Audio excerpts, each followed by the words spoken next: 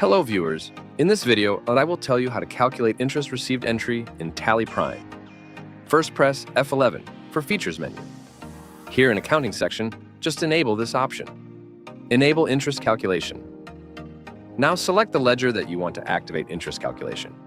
In this case, I am doing sales, so I need to activate interest calculation to a sundry debtors account. Now when you enable interest calculation, a window will open called Interest Parameters. Just enable the option. Calculate interest transaction by transaction.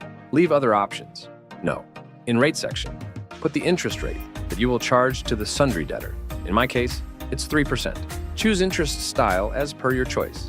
I prefer calendar year, as you are going to charge interest on your debtor's ledger, so you have to choose debit balances only. Now go to Sales Voucher. Select the party. Select Sales Ledger. Now select the item that you want to sell. Put the quantity and the sale amount. In this case, if you forget the amount that you have purchased that item. Then, you can see the amount by pressing a shortcut key, Alt+S. Now add CGST and SGST and enter.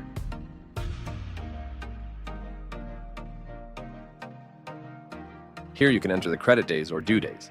In my case, I put 7 days and enter. You can see the interest by pressing Display More Reports. Statements of accounts.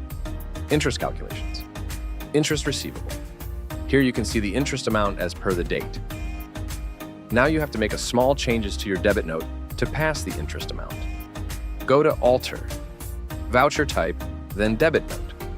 Press Enter. And here type interest received in name of class. And just enable this option. Use class of interest accounting and save. Go to Vouchers. Press F10 for other vouchers. Select Debit Note. Choose class. Choose the debtor ledger.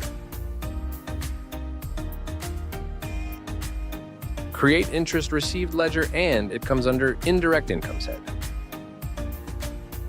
Now go to the receipt voucher by pressing F6. Choose cash or bank account.